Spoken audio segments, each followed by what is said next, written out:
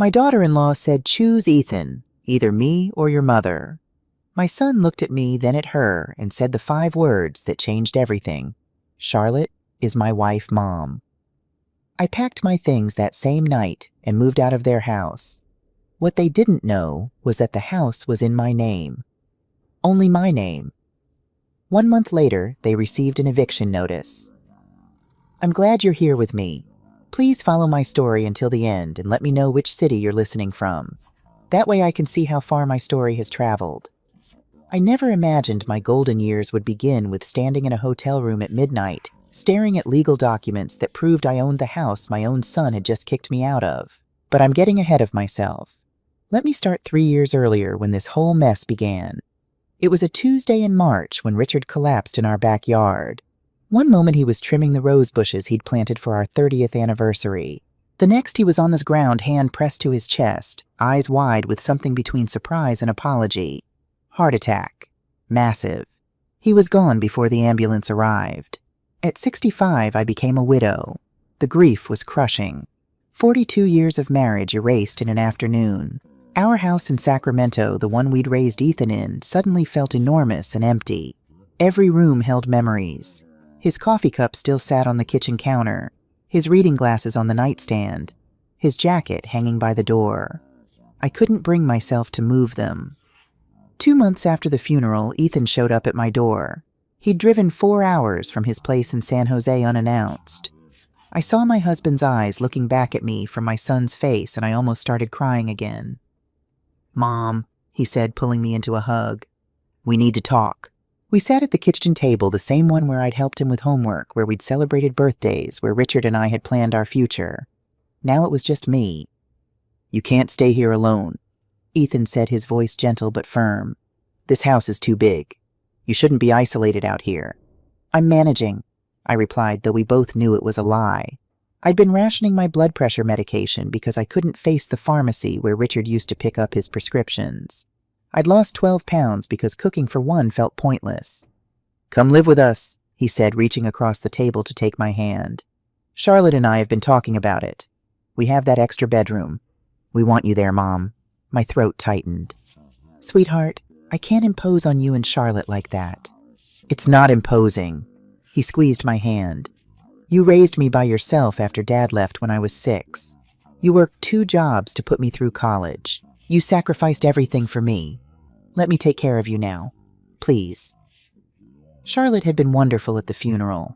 She'd organized the reception, fielded phone calls, made sure I ate. She'd held my hand during the eulogy and whispered, "You're not alone. You have us." Within 6 weeks of Ethan's visit, I'd made my decision. Selling the house was harder than I expected. Walking through empty rooms one last time, I said goodbye to the life I'd built with Richard. But Ethan was right. I couldn't stay there drowning in memories and loneliness. The house sold for $380,000. After paying off the remaining mortgage and taxes, I cleared $350,000. It was more money than I'd ever had at once in my life. That's when things got complicated. Ethan and Charlotte had found a beautiful 4-bedroom house in a nice neighborhood in San Jose. Tree-lined streets, good schools nearby, a small backyard. It was perfect for them. There was just one problem. They couldn't afford it. Charlotte had just finished her MBA and was drowning in student loans. Nearly $80,000 worth. Ethan had switched jobs 6 months earlier, taking a pay cut for better long-term opportunities. Their credit score was in the low 600s. No bank would give them the mortgage they needed. "We're pre-approved for $300,000, Ethan explained, showing me the bank letter. "But this house is $475. We've been looking for months, Mom. Everything in our price range is either too far from our jobs or in terrible neighborhoods." I looked at the listing photos on his laptop.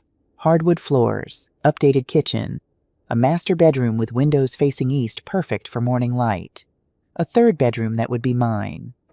"What if I helped?" I heard myself say. Ethan's head snapped up. "Mom, no, we can't ask you to do that." "You're not asking. I'm offering." I'd been thinking about this since he first invited me to live with them. I could put down $200,000 toward the house. That would bring the mortgage down to something you could handle. Charlotte, who'd been quiet until then, leaned forward. "Emily, that's incredibly generous. but we couldn't accept such a large gift. "It's not a gift," I said, the plan forming as I spoke. "Here's what I'm thinking. You two can't qualify for the mortgage you need, but I can. I'll purchase the house outright with my savings. You'll live there, make monthly payments to me, and in 5 years, when your finances are better, we'll transfer the deed to your names." It made perfect sense. They'd get their dream home. I'd have a place to live with my family. My money would be secure. Everyone would win. "Are you sure?" Ethan asked, his voice thick with emotion. "I'm sure." We shook hands on it that afternoon. Looking back, I realized that was my first mistake. We should have gotten everything in writing, made it official, protected everyone's interests. But he was my son. I trusted him completely. The house closed escrow in June.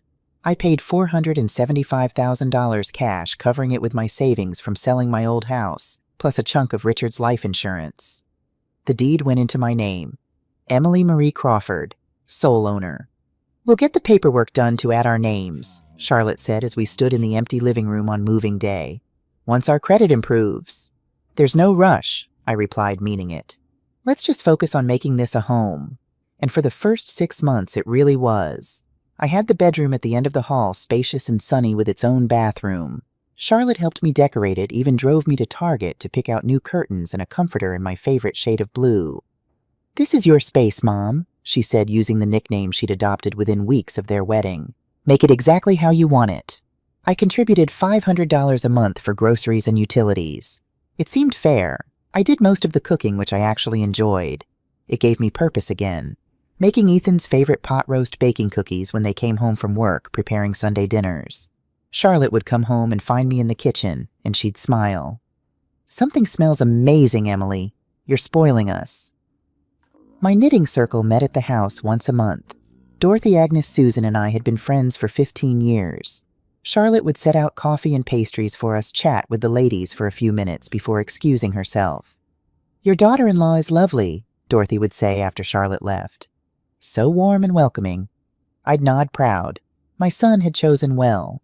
But looking back, I can see the signs I missed. Small things, really. The way Charlotte would reorganize the kitchen cabinets after I cooked, moving my carefully arranged spices and pans. "I have a system," she'd explain with a tight smile. "It's easier for me to find things this way." Or how she'd wipe down the counters immediately after I finished cleaning them, as if my work wasn't quite good enough. One Saturday morning, I mentioned that Dorothy wanted to host our next knitting circle meeting at my place. Charlotte looked up from her coffee, her expression briefly flickering with something I couldn't quite read. "Actually, Emily, I'd prefer if we didn't have gatherings here for a while. Work has been stressful, and I really need our home to be a quiet space. I hope you understand. Our home. Not the house, or your space too. Our home." "Of course," I said quickly. "I'll let Dorothy know we'll meet at her place instead." Charlotte smiled back to her warm self. "Thank you for understanding. Maybe in a few months when things calm down at work." Those few months never came. By month 7, I noticed Ethan becoming quieter at dinner. He'd come home tired, stressed about his new position. Charlotte would rub his shoulders and shoot me looks that seemed to say, "See how hard he works. He needs peace and quiet." I started eating dinner in my room more often, giving them space. Month 9, Charlotte began referring to rooms possessively. "My kitchen needs new cabinet hardware. I'm thinking of repainting my living room." Always my, never our, or thee. When I gently corrected her, once saying, "Don't you mean our living room?" her smile turned sharp. "Well, Ethan and I are the ones making the mortgage payments, aren't we?" The words stung. They were making payments to me, true, but irregular ones. Sometimes $800, sometimes $1,200, depending on their budget that month. Nothing was formalized. No lease agreement. No clear terms. I'd never pushed for documentation because this was family. You don't need contracts when it's family. Another mistake. By the end of the first year, I'd become hyper-aware of my presence in the house.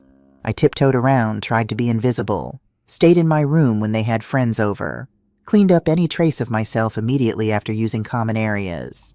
I was living in my own house like a ghost haunting rooms that no longer wanted me. The birthday incident happened in February, 2.5 years after I'd moved in.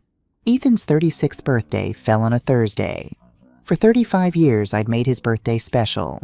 When he was little and we couldn't afford much, I'd bake his favorite chocolate cake from scratch and let him choose dinner. As he got older, the celebrations evolved, but the tradition remained. This year I wanted to do something nice, something to recapture that warmth we'd had in the beginning. Charlotte worked late on Thursdays, usually not getting home until 7. Ethan typically arrived around 6. That gave me an hour to set up a small surprise. Nothing elaborate. Just some streamers in his favorite color, a homemade banner, and that chocolate cake. I invited his best friend Jake and Jake's wife Sarah. Close intimate. Family. I spent all afternoon preparing. The cake turned out perfectly.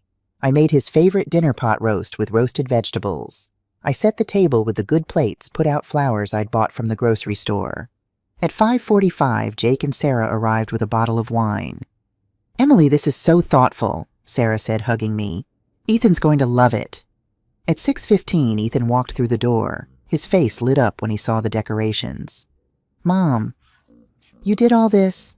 Happy birthday, sweetheart." I hugged him tight, and for a moment everything felt right again.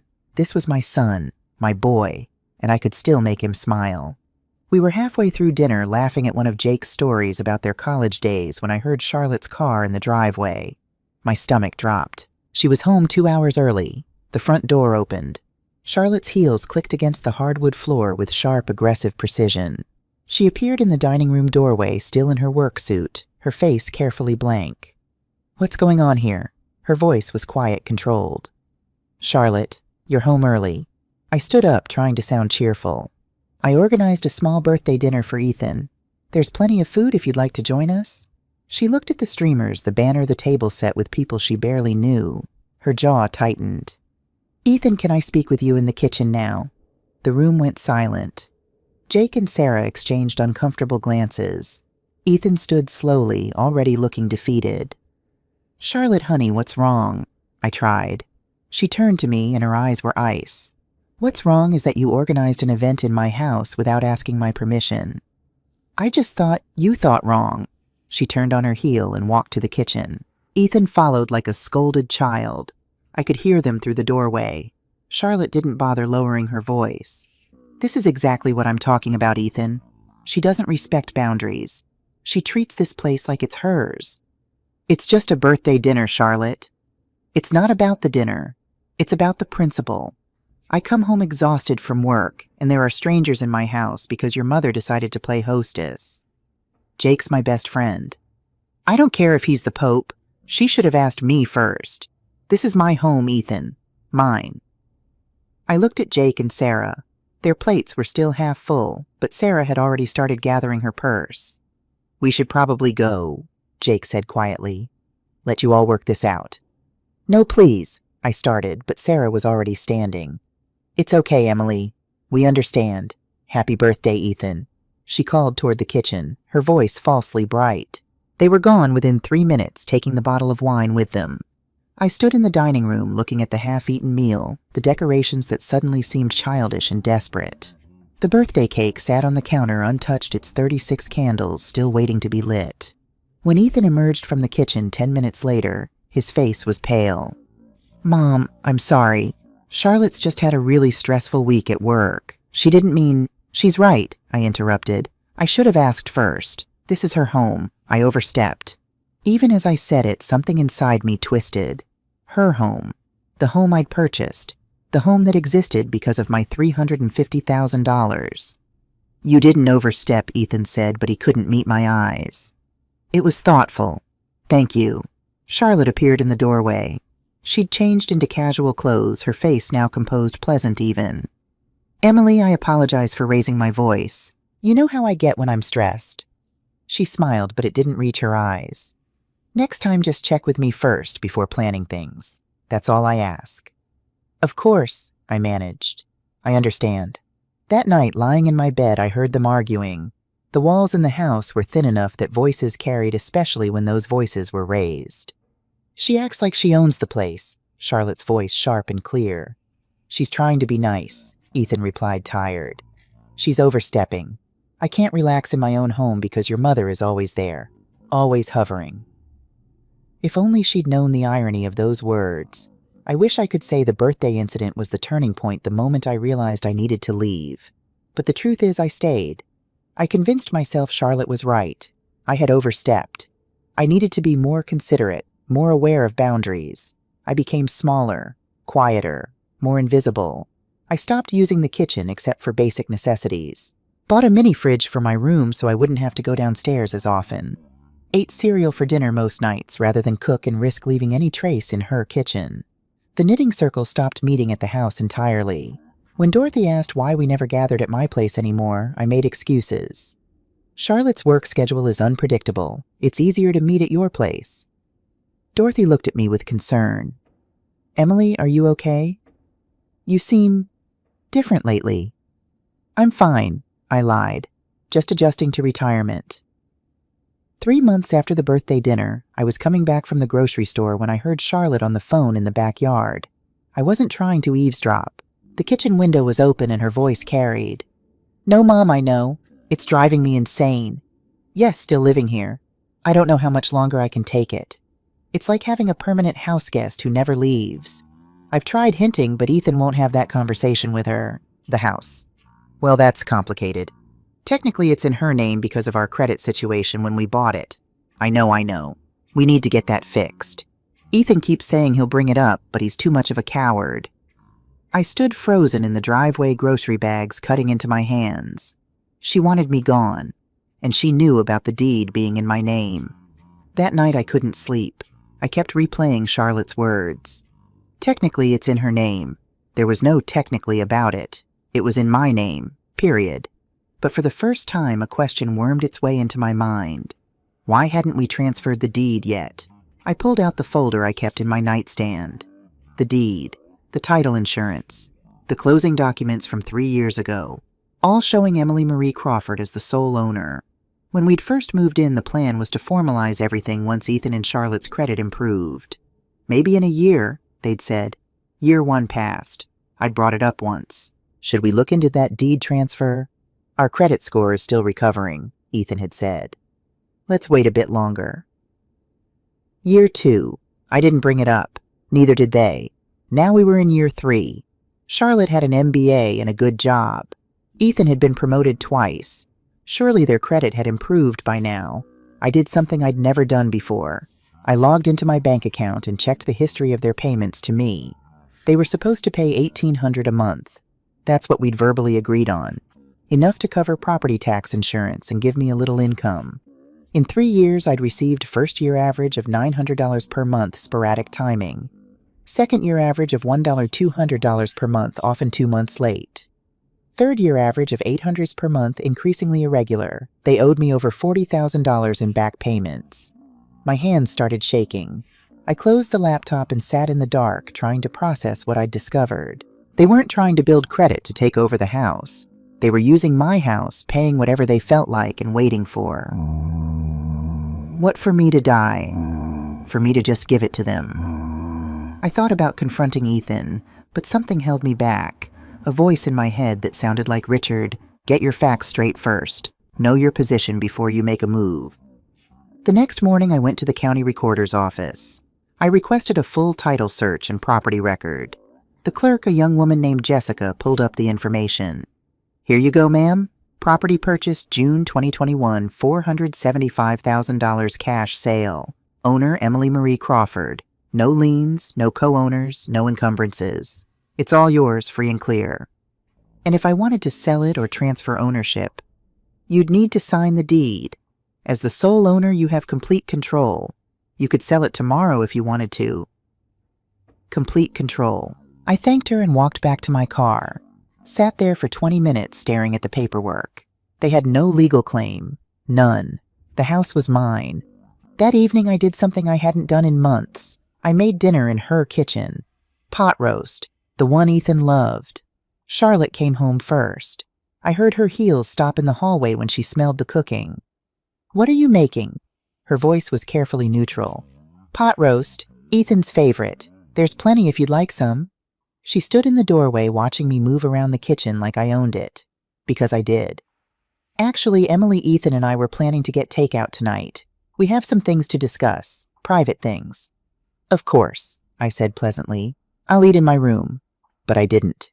I set a place for myself at the dining room table, put out a cloth napkin, poured myself a glass of the wine I'd bought with my own money.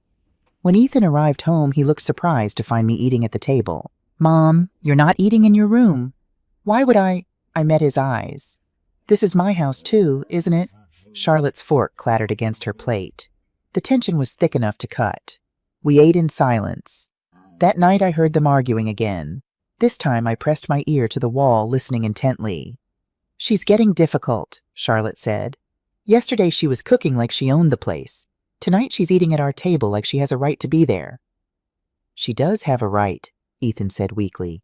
"She lives here." "But for how much longer we need to have this conversation, Ethan? She needs to move into senior living or something. This arrangement isn't working." "I can't just kick my mother out."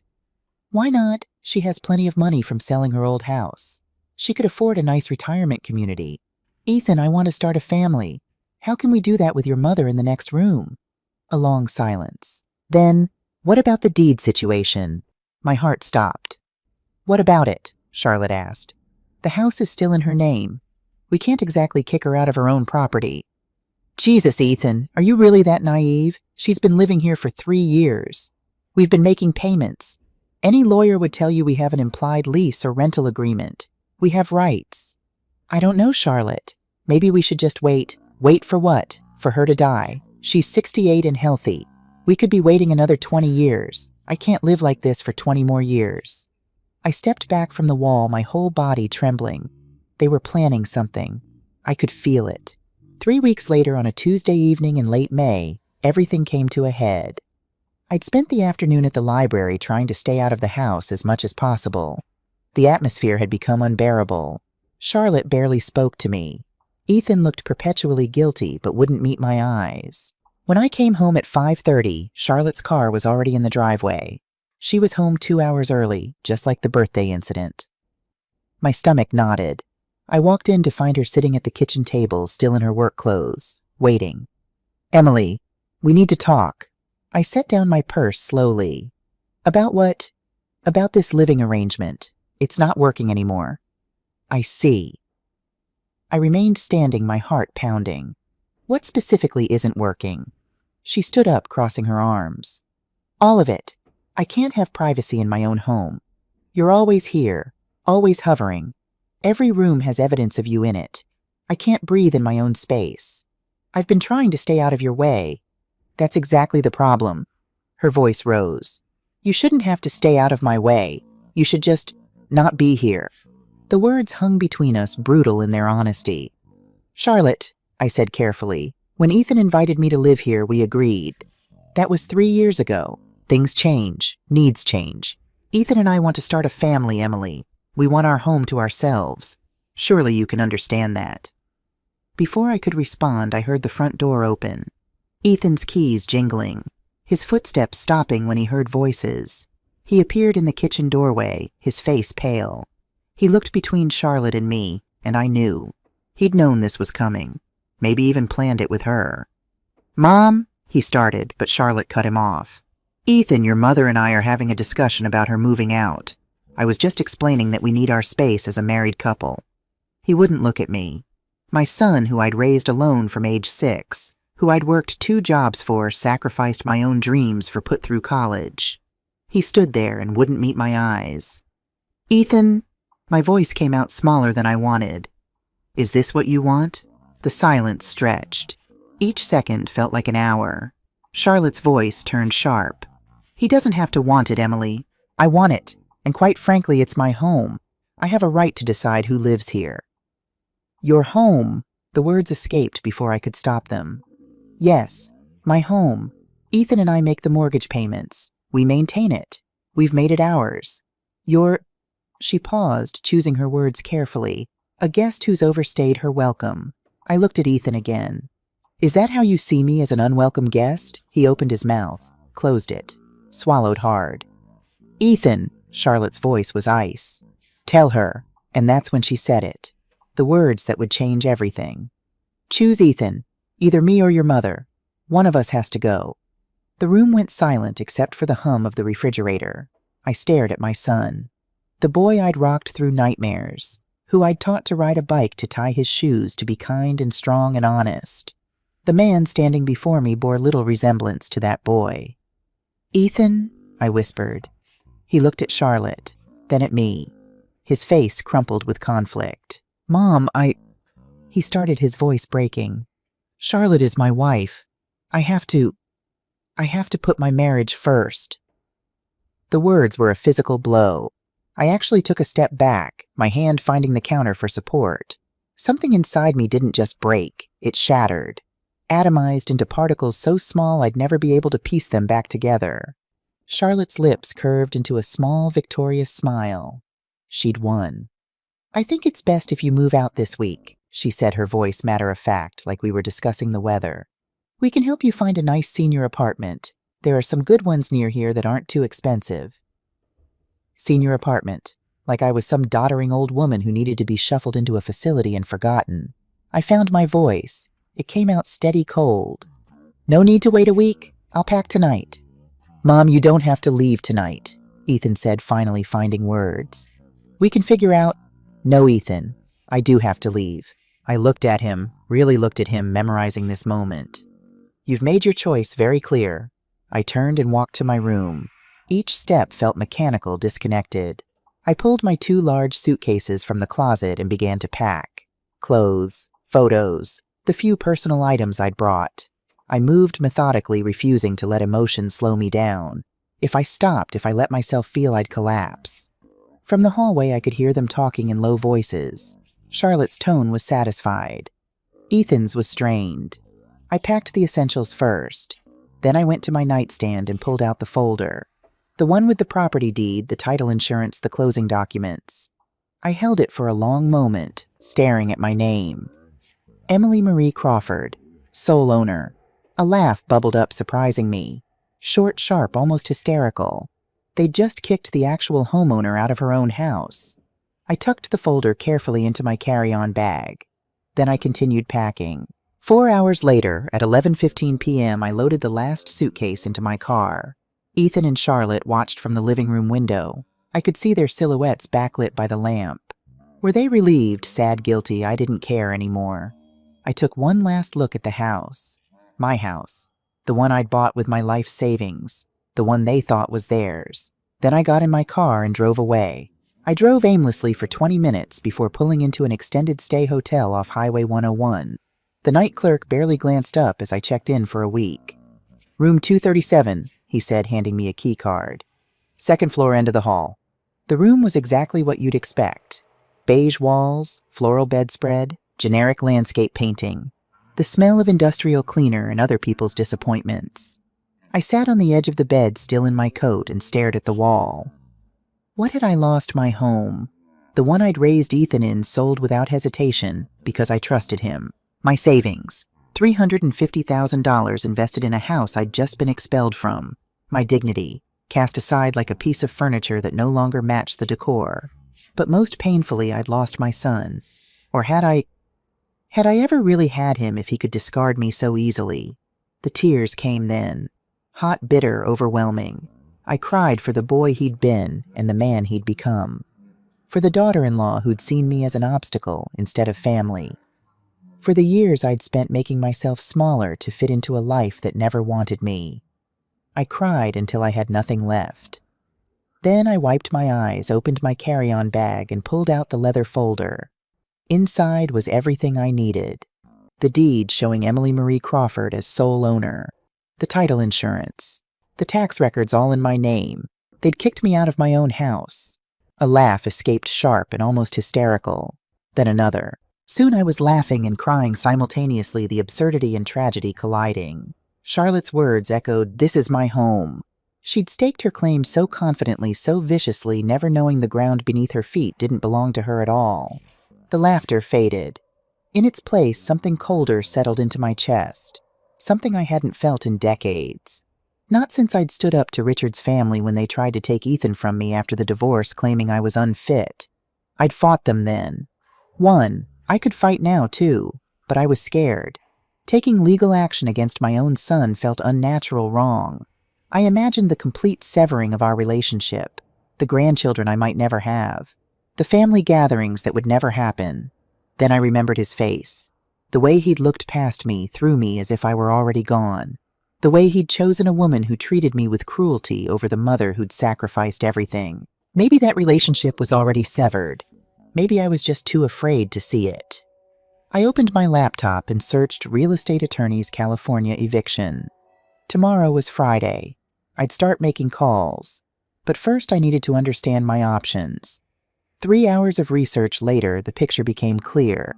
As the property owner, I had the right to evict them with proper notice. In California, that meant a formal eviction process, 30 to 60 days depending on circumstances. Since they'd never paid rent in any formal capacity, just those irregular payments framed as helping with the mortgage, the situation was even more advantageous for me. I could do this. I would do this. By sunrise, I had the outline of a plan. My phone buzzed, a text from Ethan. "Mom, are you okay? Where are you staying?" I stared at the message for a long moment. Then I turned off my phone. They wanted me gone. They'd get their wish. Monday morning, I sat in a Denny's at 7 a.m. drinking burnt coffee and watching commuters rush past the window. I'd barely slept.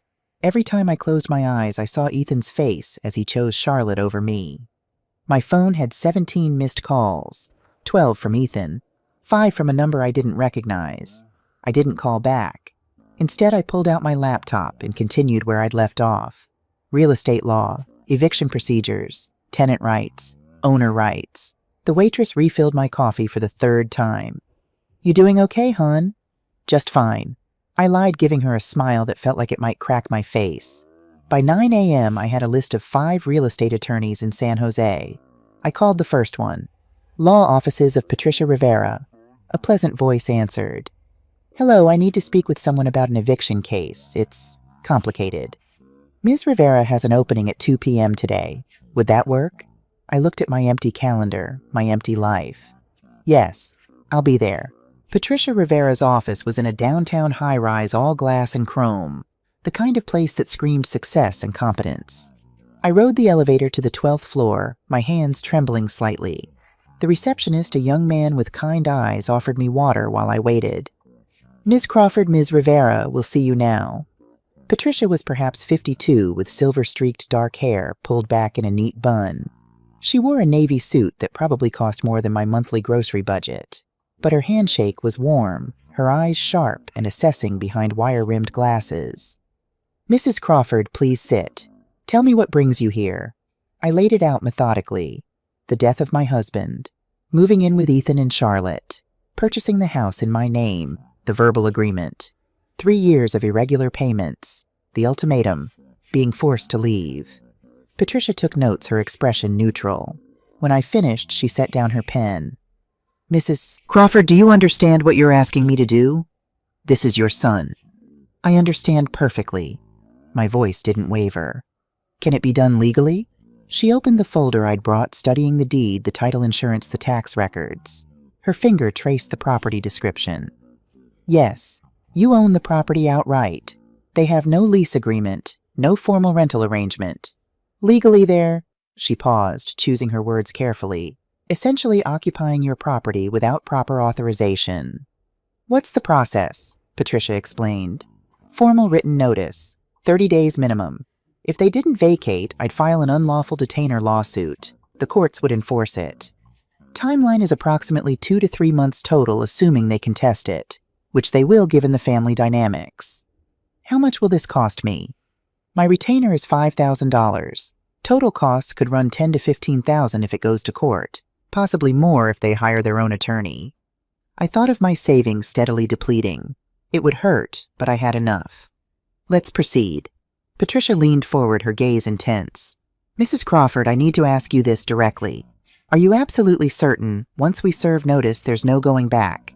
This will permanently damage your relationship with your son." I met her eyes. "The relationship is already damaged. They destroyed it when they kicked me out of my own home. I'm just making it official." She nodded slowly. "Then we'll draft the notice today. You'll need to serve it formally. I recommend a professional process server to ensure it's done correctly. No room for them to claim they never received it. How soon can we do this?" "I can have the notice ready by Wednesday. We can serve it Thursday afternoon." 3 days. In 3 days, I'd be fighting back. "Do it." I left Patricia's office feeling lighter than I had in months, maybe years. For so long I'd been passive, accepting, accommodating, making myself smaller to fit into spaces that didn't want me. No more. I checked into a small furnished apartment I'd found on Craigslist. Month to month, $1,200. It was in an older building, nothing fancy, but it was clean, and it was mine. The landlord, a tired-looking woman named Rosa, handed me the keys. "You need anything, you let me know. I live in 1A downstairs." "Thank you, Rosa. You got family here." "I did," I said quietly. "Not anymore." She looked at me with understanding. Sometimes family is who you choose, not who you're born to. Wednesday afternoon, Patricia called. "The notice is ready. Process server is scheduled for tomorrow at 4 p.m. They should both be home from work by then." "What happens when they get it?" "They'll have 30 days to vacate. After that, if they haven't left, we file the unlawful detainer and proceed to court." My stomach churned. "And if they fight it, then we fight back. Mrs. Crawford, you have the law on your side. The property deed is clear. They have no written lease, no ownership stake. This is as straightforward as eviction cases get." Straightforward. There was nothing straightforward about evicting your own child. That night I called Dorothy. "Emily, thank God. I've been trying to reach you for days. Are you okay?" Hearing her familiar voice, I almost broke down. "I need to tell you something." I explained everything. The ultimatum, moving out, the deed, the eviction notice going out tomorrow. Silence on the other end. "Dorothy, I'm here. I'm just processing." A pause. "Emily, are you absolutely sure about this?" "Not her, too." "You think I'm wrong?" "No. God, no. I think Charlotte is a manipulative piece of work, and Ethan should have stood up for you. I'm asking if you're emotionally prepared for what comes next. This will get ugly." "It's already ugly." "Fair point." I heard her take a breath. "Okay, what do you need from me?" The question surprised me. You're my friend, Emily. You've been my friend for 20 years. If you're going to war, you don't go alone. What do you need?" My eyes burned with tears. "I don't know." "Then let me tell you what you're getting. The knitting circle is meeting tomorrow night at my place. You're coming, and you're telling them everything. Because you're going to need people on your side when this explodes." Thursday at 4:15 p.m. Patricia called. "It's done. Both parties served. The process server confirmed Ethan Crawford and Charlotte Crawford each received a copy of the 30-day notice to vacate." I was sitting in my apartment staring at the wall. How did they react? The server said Mr. Crawford looked confused. Mrs. Crawford became verbally aggressive, but the server is experienced. He left without incident. "Thank you, Patricia. Mrs. Crawford, I need to prepare you. They're going to call. They're going to be angry, scared, desperate. Do not engage in any substantive conversation. Refer them to me. Do you understand?" "Yes." "And Emily," her voice softened, "you did the right thing. Don't let them convince you otherwise." The call came at 6:03 p.m. Ethan. His name lit up my screen. I let it ring 4 times before answering. "Mom, what the hell is this?" His voice was panicked, angry. "We got some legal notice saying we have to move out in 30 days. This has to be a mistake. Some kind of identity theft, or..." "It's not a mistake, Ethan." Silence. "What are you talking about? This says you're evicting us. That doesn't make any sense. This is our house." "No," I said quietly. "It's my house. It's always been my house." I heard muffled sounds. Charlotte's voice in the background, sharp and demanding. "Mom, we can't just move out. We have jobs here. We've lived here for 3 years. You can't do this." "You told me to leave, I did. Now I'm asking the same of you."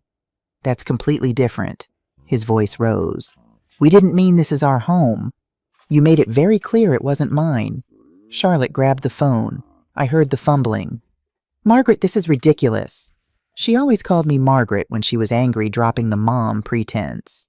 "You can't evict your own son. What kind of mother are you?" The audacity almost made me laugh. The kind who won't be disrespected in her own home. "This is illegal. We have rights. We've been paying the mortgage. You've been making irregular payments to the owner. Me, without any formal agreement. My attorney assures me this is completely legal. You have 30 days. "You bitter old..." Charlotte caught herself. "Fine. We'll fight this. We'll get our own lawyer. You'll regret this." "I regret many things, Charlotte. This isn't one of them." I hung up. My hands were shaking. Adrenaline flooded my system. But beneath the fear was something else. Liberation. That evening at Dorothy's house, I told the knitting circle everything. Dorothy, Agnes, Susan, and Maria sat around her living room listening. When I finished, Agnes spoke first. She was 76, a retired paralegal with a sharp mind. "They're going to fight dirty," she said. "They'll try to prove you're mentally incompetent. That's the standard move when families contest property issues." Patricia mentioned that possibility. "I can help you document everything. Timelines, financial records, communications. If this goes to court, you'll need a paper trail." Susan, a former teacher, leaned forward. "My nephew is a real estate appraiser. Let me call him. We should get a formal appraisal of the house. Establish its current market value." "Why does that matter?" I asked. "Because when they claim they have equity in the property based on their payments, we'll need to show how little they actually contributed compared to the home's worth." Maria, who worked at the hospital, squeezed my hand. "If Charlotte tries to trash your reputation publicly, and she will, I have connections with local journalists. We'll tell the real story." Dorothy stood up. "Here's what we're doing. We're your support system, your witnesses, your friends. You're not alone in this, Emily." I looked at these 4 women, some I'd known for decades, and felt something I hadn't felt in years: hope. Friday morning, I received an email from an address I didn't recognize. When I opened it, my blood ran cold. It was a scanned document, a care agreement dated 3 years ago, the day I moved in. According to this document, I had agreed to contribute to household expenses in exchange for room and board. The agreement explicitly stated I acknowledged having no ownership stake or claim to the property. My signature was at the bottom, except I'd never seen this document before in my life. I studied the signature. It looked like mine, close enough to fool a casual observer. But I knew my own handwriting. The loop in the E of Emily was wrong. The tail on the Y too short. The C in Crawford too angular. They'd forged my signature. My hands trembled as I forwarded it to Patricia with a message: "I never signed this. This is a forgery." Her response came within minutes. "Don't respond to them. This is fraud. We need to file a police report immediately. This actually strengthens our case. It shows consciousness of guilt." They knew they had no legitimate claim. Saturday morning, I met Patricia at the San Jose Police Department. We filed a formal report for forgery and fraud. The officer taking the report, a Detective Martinez, looked skeptical at first. "This is a family dispute over property." "It's a felony forgery case," Patricia corrected. "My client owns the property outright. The defendants created a fraudulent document in an attempt to establish a false legal claim." Detective Martinez studied the forged document, then the original deed. "I'll need to send this to our forensic document examiner. If they confirm it's a forgery, we'll proceed from there." "How long will that take?" I asked. 2 to 3 weeks, usually." Patricia nodded. "We'll be filing a motion to expedite the eviction proceedings based on this fraudulent behavior. The defendants have demonstrated they're willing to commit crimes to avoid vacating the property." As we left the police station, Patricia turned to me. "Emily, you need to be prepared. They're going to escalate. The police report will terrify them. Desperation makes people dangerous." She had no idea how right she was. The explosion came on Monday evening. I was in my apartment trying to focus on a mystery novel when someone began pounding on my door. Aggressive, unrelenting. My heart raced as I approached the peephole. Ethan and Charlotte. His face was red, twisted with anger I'd never seen before. Charlotte looked like a coiled snake ready to strike. I didn't open the door. "Mom, open this door right now," Ethan shouted. "We need to talk." "We can talk through the door, Ethan." "You called the police on us." His fist slammed against the door. "You're trying to give us criminal records over what a misunderstanding. Forging my signature isn't a misunderstanding, it's a crime." Charlotte's voice was shrill. "We didn't forge anything. That document is real. You're just too senile to remember signing it." The word hit like a slap. Senile. So this was their strategy now. "I'm calling building security," I said calmly, pulling out my phone. "You need to leave." "You're destroying our lives," Charlotte screamed. "We'll lose everything. Our jobs, our reputation. And for what? Because I hurt your feelings. You gave me an ultimatum. You chose this." Ethan's voice changed, became pleading. Mom, please, let's work this out. Come back. We can all sit down, talk like adults. Charlotte didn't mean what she said. We were all stressed.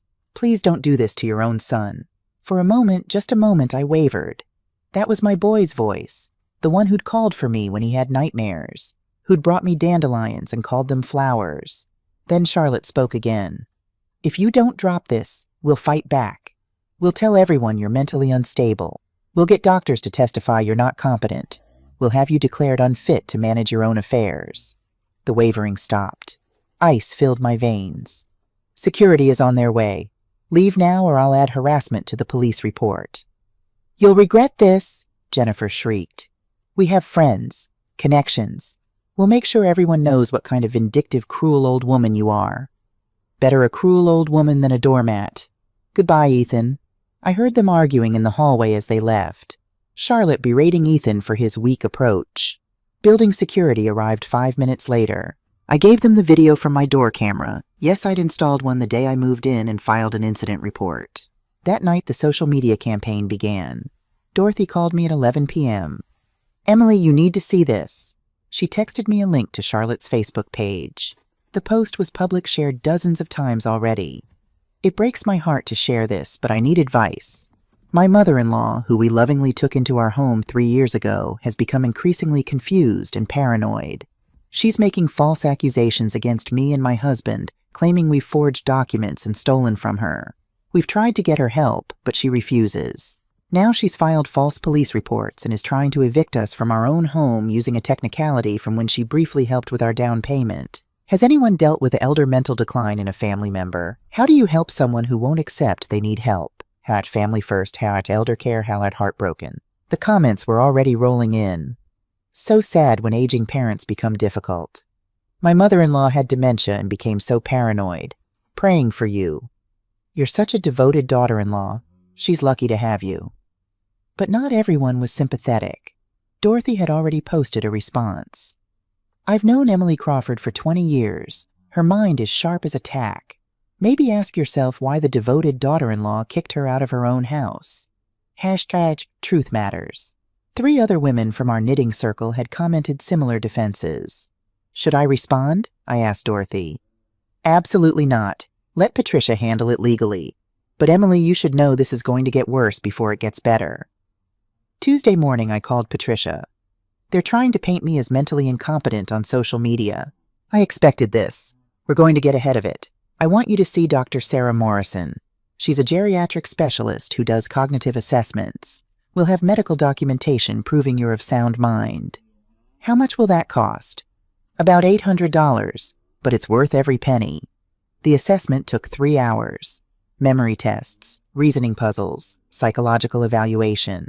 Dr. Morrison was thorough but kind, explaining each test as we went. At the end, she smiled. Mrs. Crawford, your cognitive function is excellent. Above average for your age group, actually. I'll have the formal report ready in 48 hours. So I'm not senile, I tried to joke. Not even close. You scored in the superior range on memory retention and problem solving. Whoever's claiming otherwise is either misinformed or lying. Armed with Dr. Morrison's assessment, Patricia sent a cease and desist letter to Ethan and Charlotte. The letter was clear: continue the defamatory social media campaign, and we'd file a lawsuit for defamation and libel. The posts came down within 24 hours, but the damage was done. Some people believed Charlotte's version. I saw it in the looks I got at the grocery store, heard it in the whispers at the library. Poor thing. Mental decline is so sad. Is that the woman whose son is trying to help her? She seems confused. Each comment was a knife, but I held my head high. I knew the truth, and soon so would a judge. On Thursday, exactly 2 weeks after the eviction notice was served, my phone rang. Unknown number. Against my better judgment, I answered. Mrs. Crawford, this is David Brennan. I'm an attorney representing your son and daughter-in-law. I almost hung up, but something made me listen. I'm calling because my clients would like to propose a settlement. They recognize that emotions have been running high and they'd like to resolve this matter amicably outside of court. I'm listening.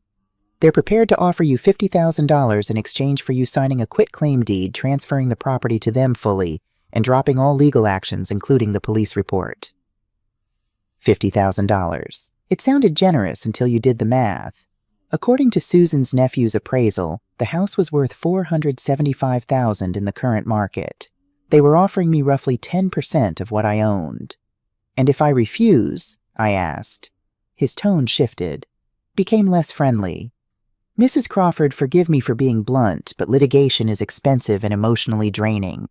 You're forgive me not young. Do you really want to spend your remaining years in legal battles with your only son? This offer gives you a substantial nest egg and the chance to rebuild your relationship with your family. There it was. The carrot and the stick. Take the money. Surrender. Forgive. Forget. Mr. Brennan, please tell your clients that my answer is no. The house is mine. I'm not selling it to them at any price, and I'm certainly not being bought off with a fraction of its value. Mrs. Crawford, be reasonable. I am being reasonable. What's unreasonable is expecting me to reward fraud and cruelty with a financial windfall. We're done here. I hung up before he could respond. My hands were steady. No trembling, no doubt. Just cold, clear certainty. They'd tried to buy me off, which meant they were scared. Good. That weekend, Dorothy organized an emergency knitting circle meeting. All 4 women showed up at my apartment with food, wine, and determination. We've been talking, Agnes said, pulling out a legal pad covered in notes. And we have a plan. Over the next 2 hours, they laid it out. Agnes would help me organize all my documentation. Every payment record. Every text message. Every email. A complete timeline of events.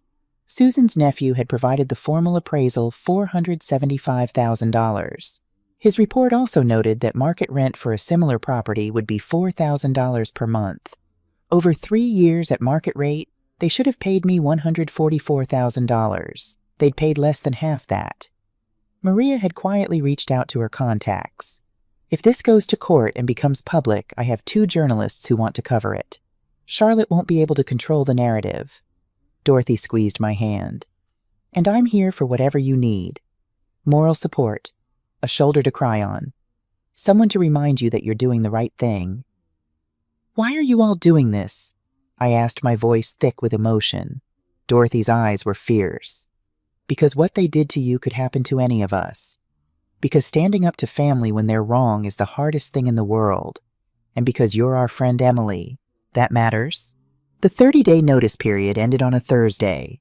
They didn't move out.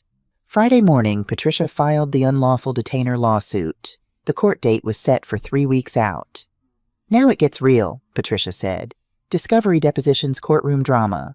Are you ready?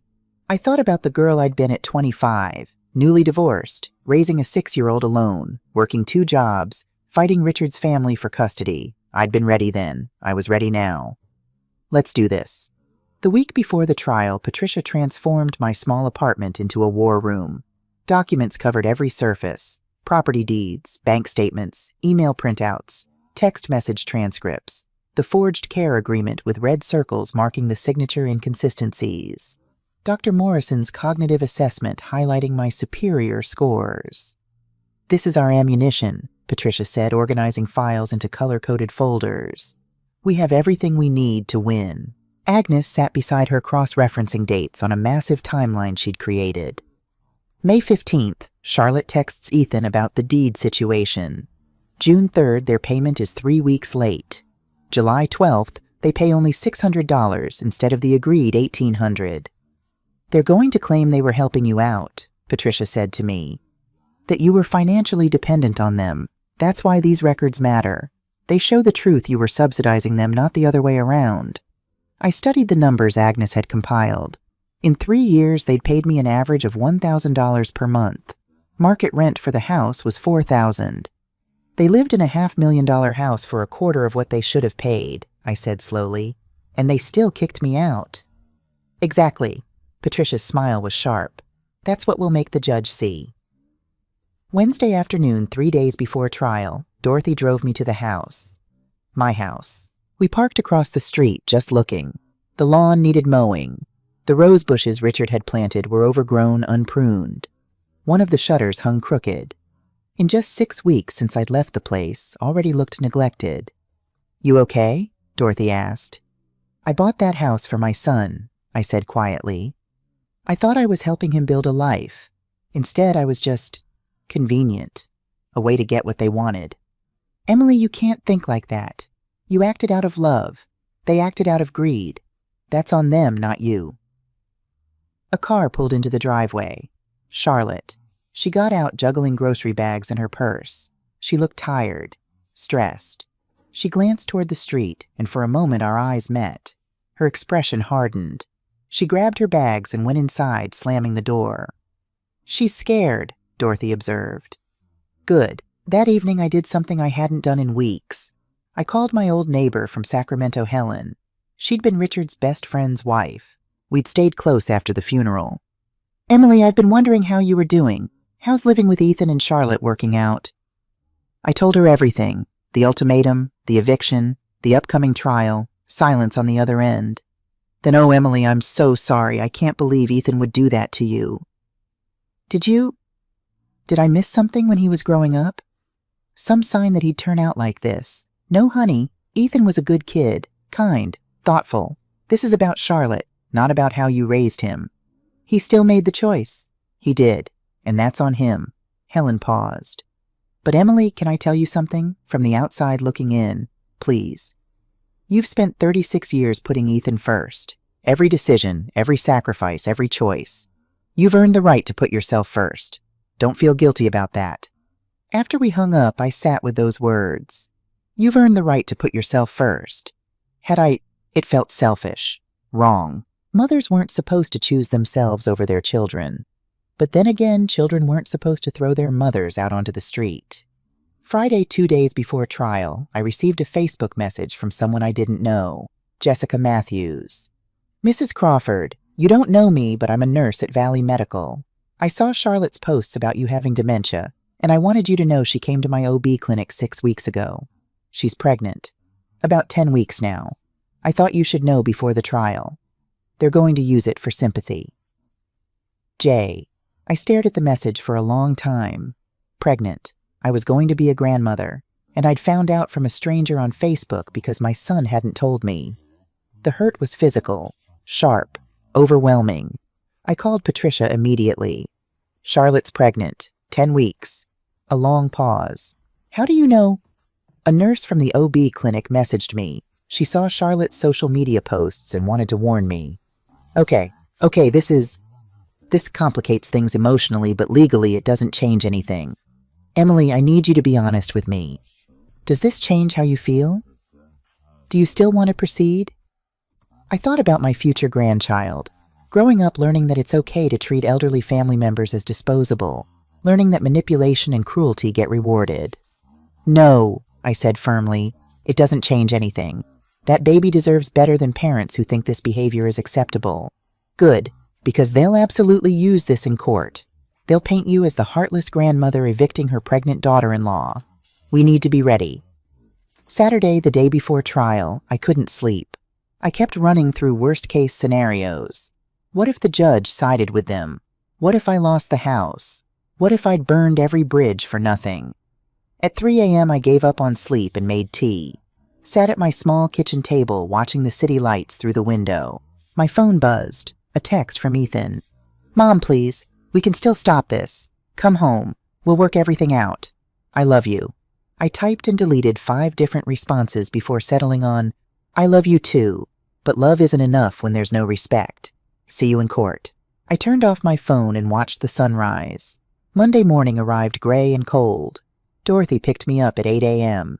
You ready for this? She asked. No, but I'm doing it anyway. The courthouse was exactly what you'd expect. Marble floors, high ceilings, the smell of floor polish and stress. Patricia met us in the hallway outside courtroom 4B. Remember? She said, squeezing my shoulder. Speak clearly. Answer only what's asked. Don't let them bait you into anger. We have the facts on our side. At 8:45, we entered the courtroom. It was smaller than I'd expected. Wood paneling, fluorescent lights, an American flag in the corner. The judge's bench loomed at the front, empty for now. Across the aisle, Ethan and Charlotte sat with their attorney, David Brennan. Charlotte wore a conservative navy dress with pearls, her hair pulled back, makeup subtle, playing the part of the respectable young professional. Ethan wore a suit I'd bought him for his first job interview. He looked ill, pale, dark circles under his eyes. Our eyes met. He looked away first. At 9 a.m. sharp, the bailiff called out, "All rise! The Honorable Judge Martha Hendricks presiding." Judge Hendricks was a woman in her mid-60s with steel gray hair and sharp eyes behind reading glasses. She settled into her seat with an air of someone who'd heard every excuse humanity could devise. "Please be seated. Case number 2024 EV 8847, Crawford versus Crawford. Unlawful detainer action." She looked over her glasses at both tables. "This is a straightforward eviction case. Mrs. Emily Crawford, you're seeking to evict the defendants from property you own. Mr. Brennan, your clients contest this. Let's proceed." Brennan stood buttoning his jacket. "Thank you, Your Honor. We argue that Mrs. Crawford lacks standing to evict our clients. They have an equitable ownership interest in the property based on 3 years of payments and significant improvements to the home. Furthermore, Your Honor, we have serious concerns about Mrs. Crawford's mental competency to pursue this action." There it was, the nuclear option. Patricia rose smoothly, her voice calm and professional. "Your Honor, we anticipated this desperate argument. I'd like to present several pieces of evidence." She handed documents to the bailiff, who passed them to Judge Hendricks. First, the property deed showing Mrs. Crawford as sole owner. Second, a comprehensive cognitive assessment from Dr. Sarah Morrison, a board-certified geriatric specialist, conducted 3 weeks ago. Mrs. Crawford scored in the superior range for her age group. Third, bank records showing the irregular informal payments the defendants made. And fourth, Patricia's voice hardened, a forged care agreement the defendants created and presented to my client, attempting to manufacture a legal right that never existed. She handed over the forensic handwriting analysis. "The signature on this document is a forgery, Your Honor. The defendants created this fraudulent document after the eviction notice was served. We've filed a police report. The district attorney is currently reviewing the case for potential criminal charges." Brennan's face went pale. "Your Honor, that's an extremely serious accusation." "It's an extremely serious crime," Patricia interrupted. "Felony forgery. We have expert testimony ready to present." Judge Hendricks studied the documents, her expression darkening with each page. The courtroom was silent except for the rustle of paper. Finally, she looked up. "Mr. Brennan, do your clients have any legitimate documentation showing an ownership stake or formal rental agreement?" Brennan hesitated. "Your Honor, our position is that 3 years of payments and residence create an implied contract. There's also the matter of significant improvements they made to the property." "That's not what I asked," Judge Hendricks interrupted. "Do you have documentation, a lease, a rental agreement, any written contract?" "Not formal documentation, no. But yet, the principle of equitable ownership doesn't apply when the supposed equity is built on fraudulent documents." She turned to Ethan and Charlotte.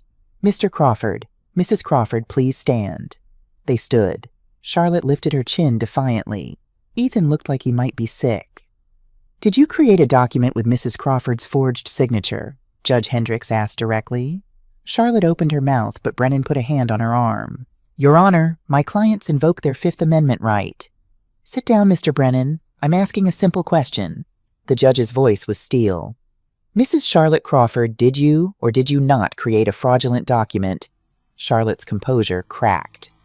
"Your Honor, my mother-in-law is elderly and confused. She's making wild accusations because I have a cognitive assessment here dated 3 weeks ago," Judge Hendricks interrupted, holding up Dr. Morrison's report. "It says Mrs. Crawford scored in the superior range. Superior. Do you have medical evidence to contradict this professionally conducted evaluation?" Silence. "I'll take that as a no. Let me ask again.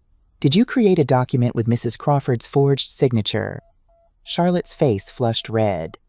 "She abandoned us. She was living in our home, eating our food, and then she just left and tried to steal the house from under us. We had to protect ourselves." "It's not your home," I heard myself say, standing up. "It was never your home." "Order!" Judge Hendricks's gavel came down hard. "Mrs. Crawford, please sit down. Mrs. Charlotte Crawford, you did not answer my question." Charlotte's hands were shaking. Tears started streaming down her face. Real ones, I realized. She was genuinely scared. "It wasn't like that," she said, her voice breaking. I wanted my own space, my own home. Is that so wrong?" We've been paying for it. We've maintained it. We made it ours." She turned to me and her eyes were desperate. "You don't understand what it's like, Emily. Living with someone else's mother. Someone who's always there, always watching. I couldn't breathe in my own space. It wasn't your space." Each word came out sharp. "I owned it. You were my guests. Guests who kicked me out. You were a burden," Charlotte shouted, all pretense gone. "Do you know what it's like having someone there all the time I wanted to start a family? I wanted privacy. I wanted a life that was mine." "Order the gavel again." "Mrs. Crawford, sit down now or I'll hold you in contempt." Charlotte sat sobbing. Brennan looked like he wanted to disappear into the floor. Judge Hendricks turned to Ethan, who'd been silent throughout. "Mr. Crawford, do you have anything to say?" Ethan stood slowly. His hands were shaking. He looked at me. Really looked at me for the first time since the trial started. "Your Honor, His voice cracked. "I need to tell the truth." "Ethan, don't," Charlotte started, but he raised his hand. "No, no more." He turned to the judge. "My mother is telling the truth. The house is hers. She bought it with her own money when Charlotte and I couldn't qualify for a mortgage. We were supposed to transfer the deed to our names after our credit improved, but—" He swallowed hard. But Charlotte kept delaying. She said we should wait. Said it was safer to keep it in my mom's name for tax reasons. I believed her. Or maybe, he looked at me, tears in his eyes. Maybe I didn't want to believe what was really happening. "What was really happening?" Judge Hendricks asked. "Charlotte was using my mother. We both were. Mom paid for the house. She contributed to groceries, utilities. She cooked, cleaned, tried to help. And we treated her like she was in the way." His voice broke completely. "I treated my own mother like she was a burden, the woman who raised me alone, who worked 2 jobs so I could go to college, who gave up everything for me." "Ethan, shut up," Charlotte hissed. "You're destroying us." "We destroyed ourselves." He turned back to the judge. "Charlotte forged that document. She told me it was necessary to protect ourselves, but it was fraud. We lied. And when Mom found out and tried to defend herself, Charlotte threatened to have her declared mentally incompetent. We were going to take everything from her, not just the house, her freedom, her dignity, everything." The courtroom was completely silent. "Your Honor," Ethan continued, his face wet with tears, "my mother has every right to evict us. We don't deserve her mercy. I don't deserve her forgiveness. But I'm standing here telling you the truth because she raised me better than this. And I'm so sorry that I forgot." Charlotte was staring at him like he'd betrayed her, which I suppose he had. Judge Hendricks set down her pen. "Mr. Crawford, are you confessing under oath that you and your wife created a fraudulent document and threatened your mother with a frivolous conservatorship action?" "Yes, Your Honor." "Sit down." She turned to Brennan. "Mr. Brennan, does your client wish to present any defense?" Brennan looked defeated. "Your Honor, in light of Mr. Crawford's testimony, I need to consult with my clients." "You can consult all you want, but I've heard everything I need to hear." Judge Hendricks shuffled her papers, then looked directly at me. "Mrs. Crawford, I want to say something before I issue my ruling. In my 23 years on the bench, I've seen countless family disputes over property. Most of them are complicated with fault on multiple sides. This is not one of those cases." She turned to Ethan and Charlotte. "You took advantage of a grieving widow. You accepted her generosity, lived in her property for a fraction of market rent, and when she became inconvenient, you discarded her. When she defended herself, you committed fraud. You threatened her with legal action designed to strip her of her autonomy and dignity. This is not a gray area. This is clear, calculated exploitation of an elderly family member." Charlotte stood abruptly. "Your Honor, please. I'm pregnant. We have nowhere else to go. You can't—" "Sit down, Mrs. Crawford." "I'm 10 weeks pregnant." Charlotte's voice was desperate now, playing her final card. "This stress isn't good for the baby. My mother-in-law is trying to evict her own future grandchild. What kind of person does that—" The courtroom erupted in whispers. I felt like I'd been punched. So it was true. Judge Hendricks' expression didn't change. "Mrs. Crawford, I'm a mother and a grandmother myself. I understand the emotional weight of pregnancy. But this court rules on law, not emotional manipulation." She looked at me. "Did you know about the pregnancy?" "I found out 3 days ago," I said quietly. From a stranger. My own son didn't tell me. Ethan's face crumpled. Mom, I wanted to. I tried to call you so many times. You tried to call after you received the eviction notice, I said. Not when you found out you were going to be a father. Not when you might have wanted to share good news with your mother. Only when you needed something from me. Judge Hendricks nodded slowly. Mrs. Crawford Charlotte, let me be very clear. Your pregnancy does not give you the right to occupy someone else's property. It does not excuse fraud. It does not erase your actions. If you're genuinely concerned about your baby's welfare, you should have considered that before you committed felony forgery and threatened an elderly woman. She picked up her gavel. This court finds in favor of the plaintiff, Emily Crawford. The defendants have no legal claim to the property. They have no valid lease or rental agreement. The property deed clearly shows Mrs. Crawford as the sole legal owner. The gavel came down. Once, twice, 3 times. The eviction is granted. The defendants have 72 hours to vacate the property completely. If they fail to do so, the sheriff will remove them and their belongings. Furthermore, I'm ordering the defendants to pay Mrs. Crawford's legal fees in full. The current total is... She checked Patricia's filing, $18,400. Charlotte made a strangled sound. Additionally, I'm recommending that the district attorney pursue criminal charges for the forged document. This court takes fraud very seriously, particularly when it targets vulnerable populations. She looked at Charlotte one more time. Mrs. Crawford, you're young. You have your whole life ahead of you. But you need to learn that actions have consequences. I hope this experience teaches you that. To Ethan, Mr. Crawford, your confession today showed courage. But courage doesn't erase harm. You chose to stand by while your wife mistreated your mother. You chose to participate in fraud. Those choices have consequences too. Finally, to me, Mrs. Crawford, this court apologizes that you had to fight for what was rightfully yours. You showed dignity and strength throughout this process. I hope you find peace in the outcome. One final strike of the gavel. Court is adjourned. I stood in the hallway outside the courtroom feeling numb. Dorothy hugged me tight. You won, she whispered. Emily, you won. But it didn't feel like winning. It felt like surviving. Patricia was already on her phone coordinating with the sheriff's office for the eviction enforcement. Agnes was organizing the court documents. Susan and Maria flanked me like bodyguards. Across the hall, Ethan sat on a bench, head in his hands. Charlotte stood against the wall, her face blank with shock. Brennan was talking to them in low, urgent tones. Charlotte looked up and saw me watching. For a moment, something flickered in her eyes. Regret, fear, hatred, I couldn't tell. Then Ethan looked up too. Our eyes met. He stood, took a step toward me. Charlotte grabbed his arm, but he shook her off. Mom, he said, stopping a few feet away. Can I talk to you? Please. Patricia moved between us. Mrs. Crawford isn't... It's okay, I said. Give us a minute. Dorothy, Agnes, Susan, and Maria moved down the hall close enough to intervene if needed. Patricia stayed right beside me.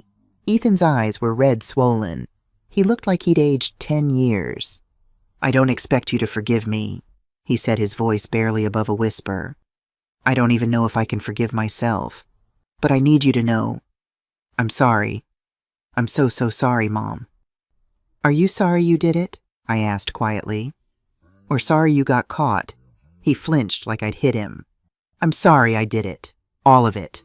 I'm sorry I let Charlotte treat you that way. I'm sorry I didn't stand up for you. I'm sorry I chose to be weak instead of being the man you raised me to be.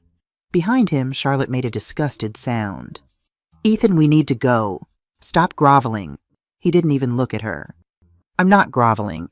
I'm apologizing to my mother. Something I should have done months ago. Your mother just destroyed our lives. No. Ethan turned to face her. We destroyed our own lives. You by being cruel and manipulative. Me by being too much of a coward to stop you. Charlotte's face went white, then red. How dare you? Enough! Ethan's voice was firm, stronger than I'd heard it in years. We're done, Charlotte. We're done lying, done manipulating, done blaming everyone else for our choices. He turned back to me. Mom, you're going to be a grandmother. I wish I'd told you when we first found out. I wanted to. I was going to call you a dozen times, but Charlotte said we should wait until after we dealt with the legal situation. He said it with bitter emphasis. Like you were a problem to be solved instead of my mom. The pain in his voice was real. I could see it, feel it, but pain didn't erase what he'd done. I'm glad you told the truth today, I said carefully. That took courage. It was the least I could do, literally the bare minimum. Yes, it was. He nodded, accepting the harsh truth. I know I don't have the right to ask anything from you, but is there any chance someday that you could forgive me? I looked at my son, the man I'd raised, the man who'd failed me so completely. I don't know, Ethan. Right now I'm just trying to survive this. Forgiveness feels like something very far away. I understand. Tears streamed down his face. I love you, Mom. I know I have a terrible way of showing it, but I do. I know you do. I love you too. My voice cracked. That's what makes this so heartbreaking. If I didn't love you, none of this would hurt so much. Charlotte appeared at his elbow. Ethan, we need to go. We have to start packing. We have 72 hours. She looked at me and her expression was complex, not the hatred I expected. Something more like defeat, exhaustion. I hope you're happy, she said, but without the venom I'd heard before. Just tired resignation. I'm not, I replied honestly. Nobody wins in situations like this. For just a moment, something flickered in her eyes. Understanding, maybe, or recognition that we were both casualties of this war. Then she turned and walked away. Ethan followed, looking back once more before they disappeared around the corner. 72 hours later, I stood on the sidewalk in front of my house with Patricia Dorothy and Sheriff Ramirez, a broad-shouldered woman with kind eyes and no-nonsense demeanor. 2 moving trucks sat in the driveway. Workers loaded boxes and furniture in a steady stream. Charlotte directed them with sharp, angry gestures. She refused to look at me. Every time she emerged with another box, her movements were aggressive, punishing. Ethan moved slowly, mechanically. He'd load something into the truck, then stand there staring at nothing for long moments before going back inside. Mrs. Crawford, Sheriff Ramirez said, walking over, we've completed the walkthrough. The property is clear except for the items currently being loaded. Here are your new keys. She handed me a set of keys. Patricia had recommended changing all the locks immediately after the eviction was enforced. Thank you, Sheriff. As Ramirez walked back to supervise, David Brennan approached. He looked considerably less polished than he had in court. Mrs. Crawford, he said stiffly, my clients wanted me to inform you that they'll be pursuing a claim for the improvements they made to the property. The kitchen renovation, the backyard work. They estimate the value at $75,000. Patricia actually laughed. Mr. Brennan, they made those improvements without the owner's permission. In property law, that makes them legally worthless. Tell your clients to save their money. They're already paying Mrs. Crawford's legal fees. If they want to add more to their debt with a frivolous lawsuit, by all means. Brennan's jaw tightened. There's also the matter of the payments they made over 3 years. You mean the informal payments with no rental agreement? Patricia pulled out a document. I've done the math. Market rent for a house this size in this neighborhood is $4,000 per month. They paid an average of $1,000. Over 3 years, they actually owe Mrs. Crawford approximately $132,000 in below-market rent. Shall we countersue? Brennan went pale. I'll inform my clients. As he walked away, Charlotte intercepted him. I couldn't hear their words, but her raised voice carried. Brennan looked increasingly uncomfortable, then finally walked to his car and drove away. Charlotte stood there for a moment alone in the driveway, hand pressed to her stomach. Pregnant, scared, realizing the full scope of what she'd lost. I felt an unexpected flicker of, not sympathy exactly, but something like it. She was young, foolish, she'd made terrible choices. But she was also about to be a mother facing homelessness and criminal charges. The baby didn't deserve this. None of this was the baby's fault. The last items were loaded by 3 p.m. Charlotte got into their car without a backward glance. She sat in the passenger seat, staring straight ahead, her face expressionless. Ethan was the last to leave the property. He walked slowly toward me, stopping a few feet away. Mom, I know you probably never want to see me again. And I understand. I just wanted to say, he swallowed hard. You deserved better. You deserved a son who stood up for you. I'm sorry I wasn't that son." "Where will you go?" I asked. "Charlotte's sister in Fresno, temporarily, until we figure things out." He looked broken, lost. The DA offered Charlotte a plea deal, 3 years probation, community service, restitution. If she doesn't take it, she could face prison time. With the baby coming, his voice cracked. "Everything is falling apart." "Ethan," I said carefully, "I need you to understand something. I didn't do this to punish you. I did this because I deserve to be treated with respect and dignity. What happened to you and Charlotte, those are consequences of your own choices." "I know." He wiped his eyes. "I know that now. I just hope, someday, maybe when the baby is born.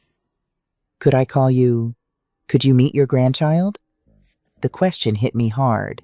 My grandchild, a baby I might never know. "I don't know," I said honestly. "Ask me again in 6 months, after you've had time to think about what kind of father you want to be, what kind of man you want to be." He nodded. Okay, I can do that." He took a step toward his car, then turned back. "I love you, Mom. I love you too, Ethan. I always will. But love isn't enough when there's no respect." He got in the car. Charlotte was crying now, her face in her hands. Ethan said something to her I couldn't hear. Then he started the engine. They drove away. I stood there watching until the car disappeared around the corner. "You okay?" Dorothy asked, putting her arm around me. "I will be," I said. And surprisingly, I meant it. I walked through the house alone. Patricia, Dorothy, and the others waited outside, giving me space. Every room held memories. The kitchen, where I'd made countless family dinners. The living room, where we'd celebrated holidays. Ethan's old bedroom, now converted to a guest room. The garden was worse than I'd thought. The rose bushes Richard planted were nearly dead from neglect. The vegetable patch I'd started was overgrown with weeds. The lawn was patchy and brown. Charlotte had remodeled the kitchen without asking me. Painted the walls a cold gray, replaced the warm oak cabinets with stark white ones. It didn't look like a home anymore. It looked like a magazine spread. Beautiful, but soulless. In the master bedroom, the one they'd claimed, I found a framed ultrasound photo on the nightstand. 10 weeks, 2 days. The date was 3 weeks ago. My grandchild. Already the size of a strawberry, according to the note written on the frame in Charlotte's handwriting. I picked up the photo, studied the tiny blob that would become a person. A person who would grow up hearing some version of this story. Would they be told I was the cruel grandmother who evicted their pregnant mother, or would they eventually learn the truth? I set the photo down carefully and walked out. In the kitchen, I made one phone call. "West Side Realty, this is Jennifer speaking. Hello, I need to list a house for sale, as soon as possible." 2 days later, a realtor named Tom Wilson walked through with his camera and measuring tape. "Beautiful property," he said, making notes. "Great neighborhood. I'd estimate market value around $475,000. We might even get offers above asking in this market." How quickly could it sell? A house like this, 2 to 3 weeks if we price it right. "Let's do it," Patricia called the next afternoon. "Emily, I wanted to update you. Charlotte took the plea deal. 3 years probation, 200 hours community service, and full restitution of your legal fees. She'll have a felony on her record, but she won't go to prison." "What about Ethan?" The DA decided not to charge him. His cooperation and confession in court counted in his favor. Plus, there's no evidence he actively participated in creating the forged document, just that he knew about it after the fact. So he's free? Legally, yes, though he's living with the consequences in other ways. I heard through the grapevine that his company is reconsidering his recent promotion. Legal issues, even when you're not charged, tend to make employers nervous. I absorbed this. And Charlotte's job? She was fired the day after the trial. Her company has a zero-tolerance policy for employees with criminal records. She's been applying elsewhere, but Patricia's voice was sympathetic. Felony convictions show up on background checks.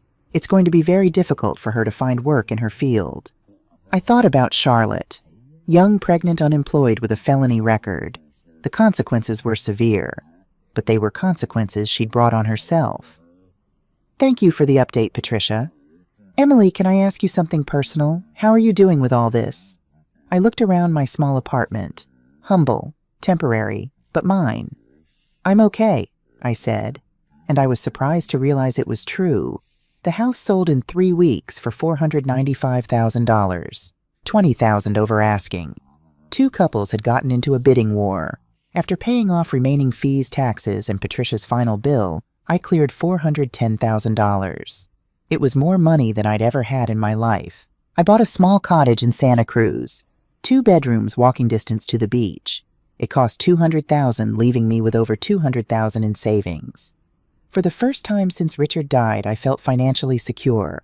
The cottage was mine, completely, legally, undeniably mine.